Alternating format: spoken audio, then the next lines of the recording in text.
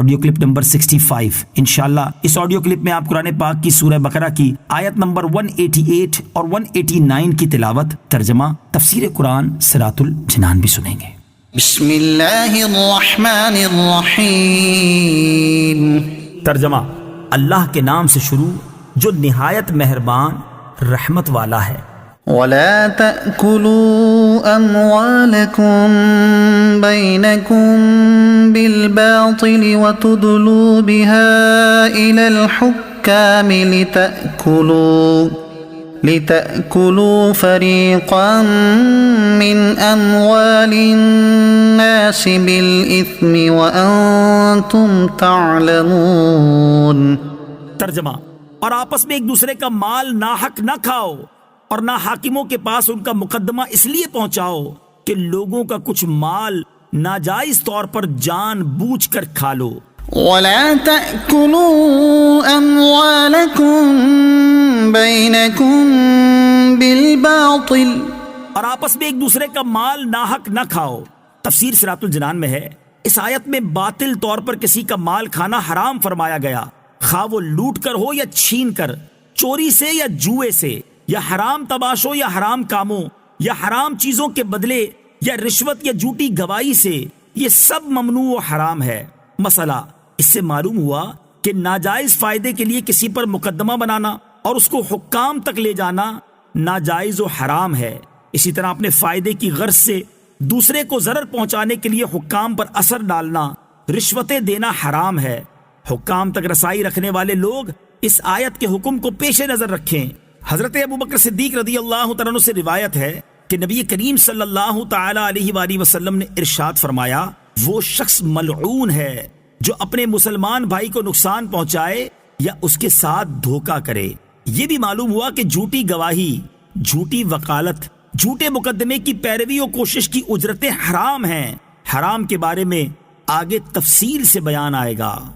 يسألونك عن الأهلة قل هي مواقيت للناس والحج وليس البر بأن تأتوا البيوت من ظهورها ولكن البر من اتقى وأتوا البيوت من أبوابها واتقوا الله لعلكم تفلحون۔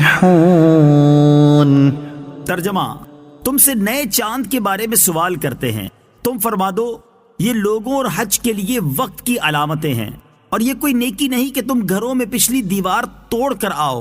ہاں، اصل نیک تو پرہیزگار ہوتا ہے، اور گھروں میں ان کے دروازوں سے آؤ اور اللہ سے ڈرتے رہو اس امید پر کہ تم فلاح پاؤ۔ يسألونك عن الأهلة، تم سے نئے چاند کے بارے میں سوال کرتے ہیں۔ تفسیر صراط الجنان میں ہے، شان نزول یہ ہے کہ یہ آیت حضرت معاذ بن جبل رضی اللہ تعالی عنہ اور ایک دوسرے صحابی رضی اللہ تعالی عنہ کے جواب میں نازل ہوئی۔ ان دونوں نے نبی پاک علیہ الصلوۃ والسلام سے چاند کے گھٹنے بڑھنے کے متعلق سوال کیا۔ اس کے جواب میں چاند کے گھٹنے بڑھنے کے سبب کی بجائے اس کے فوائد بیان فرمائے کہ وہ وقت کی علامتیں ہیں، اور آدمیوں کے ہزارہا دینی دنیاوی کام اس سے متعلق ہیں۔ زراعت، تجارت، لین دین کے معاملات، روزے اور عید کے اوقات، عورتوں کی عدتیں، حیض کے ایام، حمل اور دودھ پلانے کی مدتیں، اور دودھ چھڑانے کے وقت اور حج کے اوقات اس سے معلوم ہوتے ہیں، کیونکہ شروع میں جب چاند باریک ہوتا ہے تو دیکھنے والا جان لیتا ہے کہ ابتدائی تاریخیں ہیں، اور جب چاند پورا روشن ہوتا ہے تو معلوم ہو جاتا ہے کہ یہ مہینے کی درمیانی تاریخ ہے، اور جب چاند چھپ جاتا ہے تو معلوم ہوتا ہے کہ مہینہ ختم پر ہے۔ پھر مہینوں سے سال کا حساب ہوتا ہے۔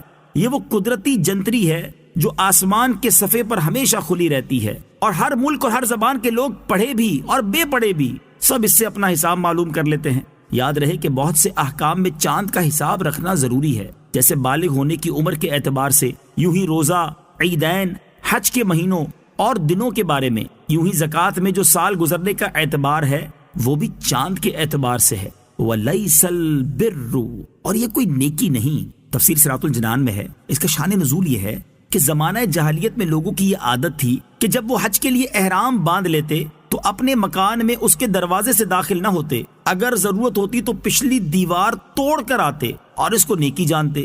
اس پر یہ آیت نازل ہوئی کہ یہ کوئی نیکی نہیں کہ تم گھروں کے پیچھے سے آؤ اصل نیکی تقوی، خوف خدا اور احکام الہی کی اطاعت ہے۔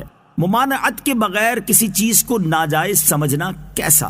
اس سے معلوم ہوا کہ کسی چیز کو بغیر ممانعت کے ناجائز سمجھنا جہلا کا کام ہے۔ اپنی طرف سے غلط قسم کی رسمیں اور پابندیاں لگا لینا جائز نہیں۔ بہت سے کام ویسے جائز ہوتے ہیں لیکن اپنی طرف سے شرعاً ضروری سمجھ لینے سے ناجائز ہو جاتے ہیں، جیسے مسلمان فوت شدگان کے ایصال ثواب کے لیے سویم 40واں وغیرہ کرتے ہیں کہ ویسے کرے تو جائز ہے، لیکن اگر یہ سمجھ کر کریں کہ یہ کرنا ضروری ہے یا دوسرے اور 40ویں دن ہی کرنا ضروری ہے تو ناجائز ہے۔ یوں ہی سویم اور 40واں وغیرہ جائز ہے تو انہیں اپنی طرف سے ناجائز کہنا بھی حرام ہے، کفار کے طرز عمل کی نکالی ہے۔ بہرحال افراط و تفریط سے بچنا ضروری ہے اور اس طرح کی چیزوں کی طرف غور کرنا چاہیے۔ شادی، مرگ اور زندگی کے دیگر معاملات میں نہ جانے کیسی کیسی رسمیں کہاں سے